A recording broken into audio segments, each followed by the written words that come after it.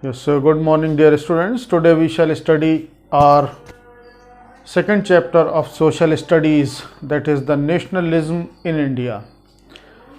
Nationalism in India was started as a protest against the Britishers. India was a colony of the Britishers, and the people of India started a movement to oust the Britishers from the soil of India.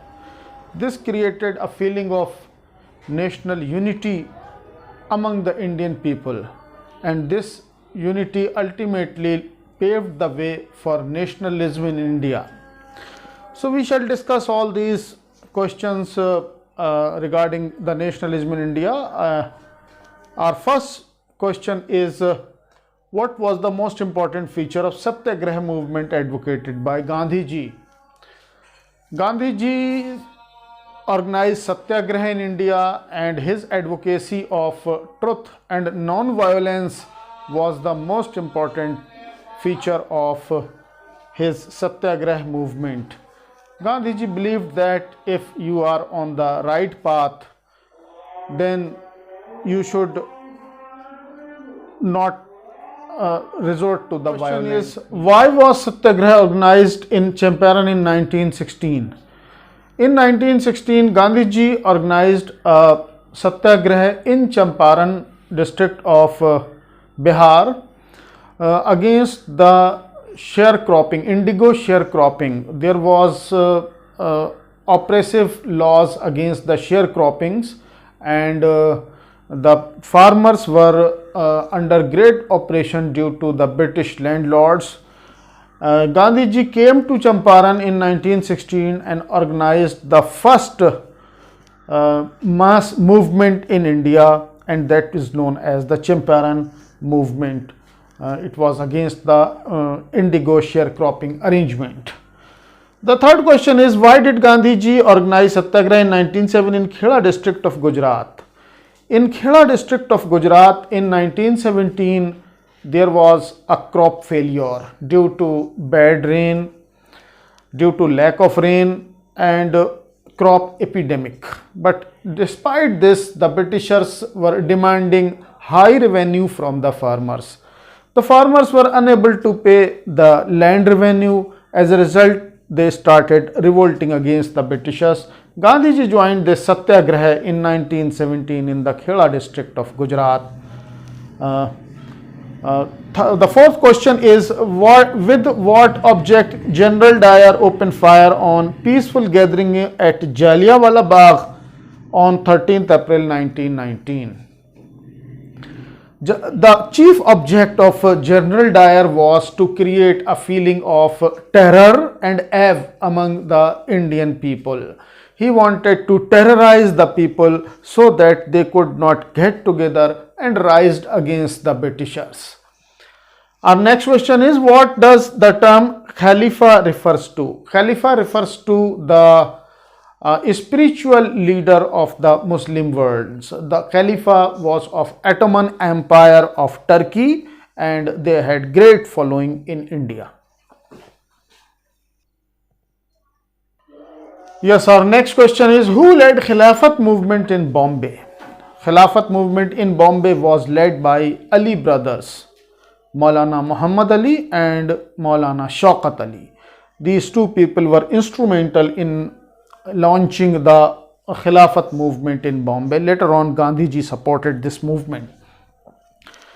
Next question is, in which Indian National Congress session the idea of Khilafat non-cooperation movement was adopted? Khilafat non-cooperation movement was adopted in December session of 1920 that was held in Calcutta. In Calcutta session, it was planned that a combined Khilafat non-cooperation movement will be launched throughout the India. Next question is, who wrote Hind Swaraj? Hind Swaraj is the book of Gandhiji, and he wrote this book. Gandhiji wrote the book Hind Swaraj. Our next question is, what was outcome of Congress session at Nagpur in 1920? In Congress sessions of 1920 in Nagpur, it was decided the whole program of Khilafat non-cooperation movement was charted out in Nagpur session of Congress. Next question is, what is meant by begar? Begar refers to the forced labor without payment. The Britishers used to compel the people to do the labor and no wages were paid to them in lieu of their wages. Yes, our next question is, which act did not permit plantation workers to leave the tea gardens without permission? The tea gardens, in the tea gardens, the workers were not allowed to go out of the garden, out of the plantation to their homelands, to their home villages. And one act of the Britishers, that is known as the Inland Immigration Act 1859, that did not allow the plantation workers to leave the plantation and go to their homes. Next question is, what did Swaraj mean to the plantation workers in Assam? The plantation workers in Assam, the Swaraj meant that they could go back to their villages. The lands, the agriculture land could be allotted to them in their home villages and they could perform agriculture in their home villages. So they believed that Swaraj will bring about a new form of emancipation for the plantation workers in Assam, because they were bound there on the plantations due to the Inland Immigration Act 1859. So when the idea of Swaraj definitely gave them a breather. Our next question is, by whom was the Swaraj Party formed? Swaraj Party was formed by Motilal Nehru and C.R. Das in 1922 with the objective of contesting the Legislative Assembly's election. Next question is, why was Simon Commission sent to India? The chief objective of the Simon Commission that came to India was administrative reform. They want an Indian constitutional reform. So the matters of the constitutionals were to be reformed every 10 years. And for that purpose, the Simon Commission was sent to India. But it was not welcomed by the people of India. Why? Because our next question, why was Simon Commission boycotted? Simon Commission was boycotted because it was an all English commission, and secondly that there was no Indian in this commission to look into the matter of the Indian people. Apart from this, there was no provision of Swaraj in this commission, so it was vehemently boycotted by the people of India. Yes, our next question is, at which session of Congress the resolution of Purn Swaraj adopted?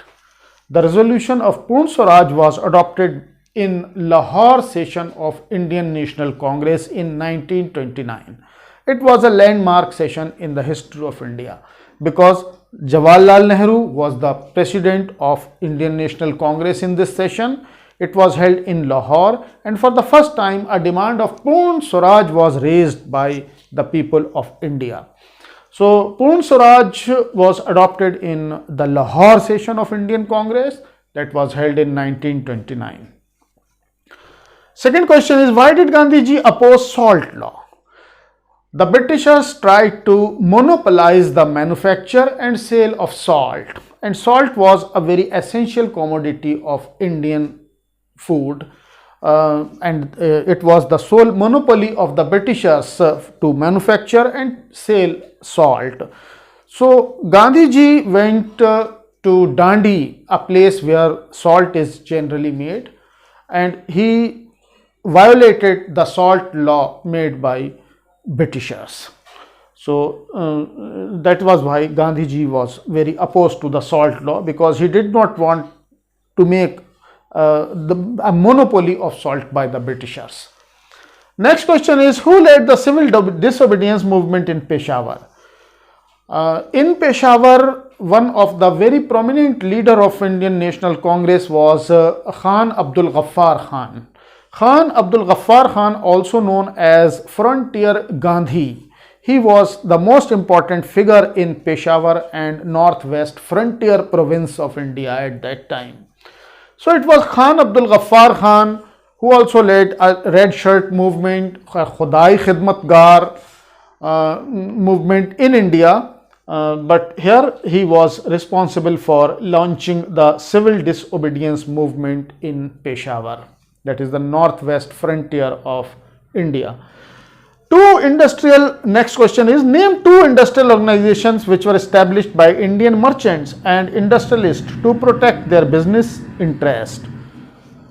Before independence, two very prominent business organizations or business conglomerations were organized by the Indian people, and one of them was Indian Industrialist and Commercial Congress, IICC, that was established in 1920.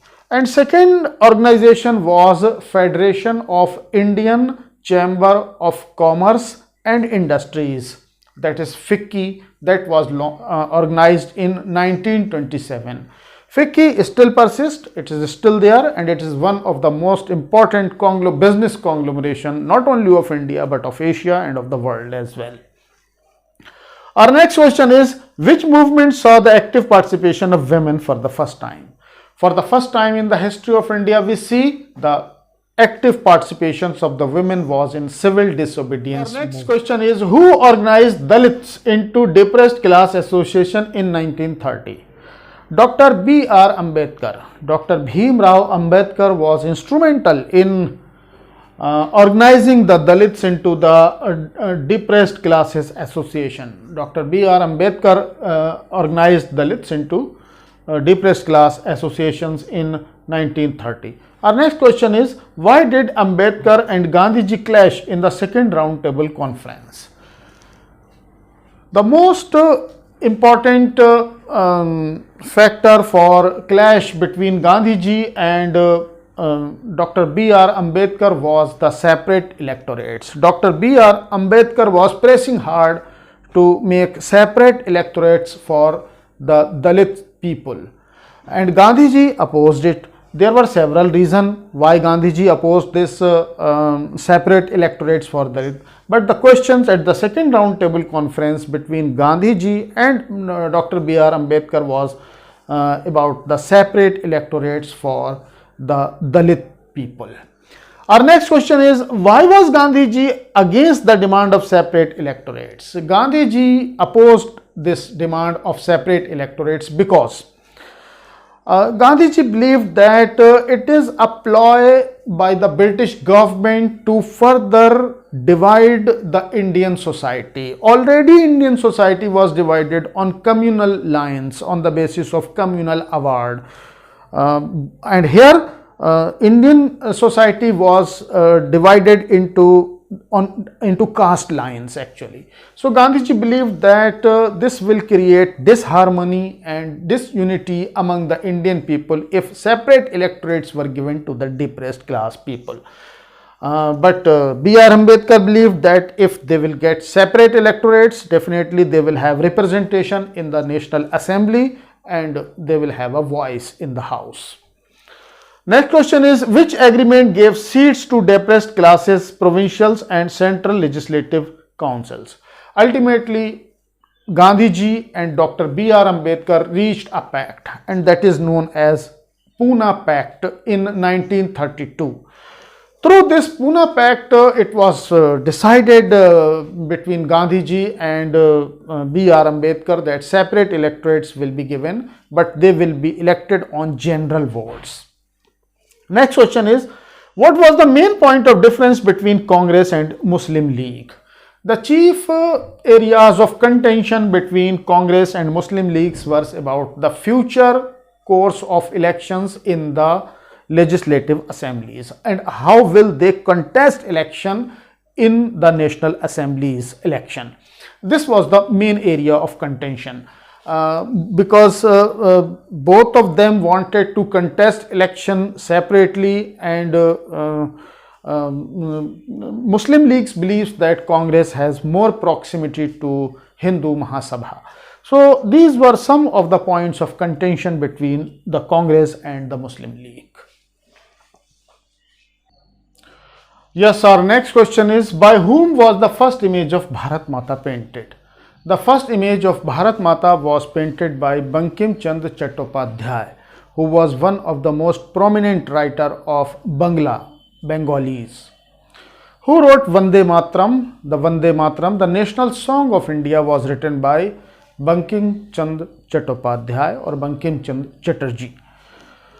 Why did nationalists in India tour villages? The chief objective of the nationalists to tour villages was to gather folk songs, folklores, to look into the past of India, to collect the information, knowledge about the India's culture and its past history, so that it could fulfill a feeling of nationalism among the people of India. Next question is, why did some leaders of Congress oppose the idea of non-cooperation movement? Some of the prominent leaders of Indian National Congress opposed the idea of non-cooperation movement because they did not want to boycott the election of 1920. In 1920, some of the Congress leaders wanted to contest the election. The second point was that some leader believed that the non-cooperation movement might turn violent. There may be violence, widespread violence all across the country. So this fear was also there. And some of the leaders wanted to oppose the Britishers, the policies of the Britishers from within the assemblies. So these were some of the reasons why some of the leaders of the Indian National Congress opposed the non-cooperation movement. Our last question is, what was Gandhi-Irwin Pact? It is one of the most important pact between Gandhiji and then Viceroy of India, that is Lord Irwin, in 1931. There were some provisions in this Gandhi-Irwin Pact. One is that Gandhiji agreed to participate in second round table conference. The British government was agreed to release arrested Congress leaders, those who were arrested during the civil disobedience movements were to be released by the government, and Gandhiji was agreed to call off the civil disobedience movement. So these were some of the conditions on which this pact was signed between Gandhiji and Lord Irwin in 1931.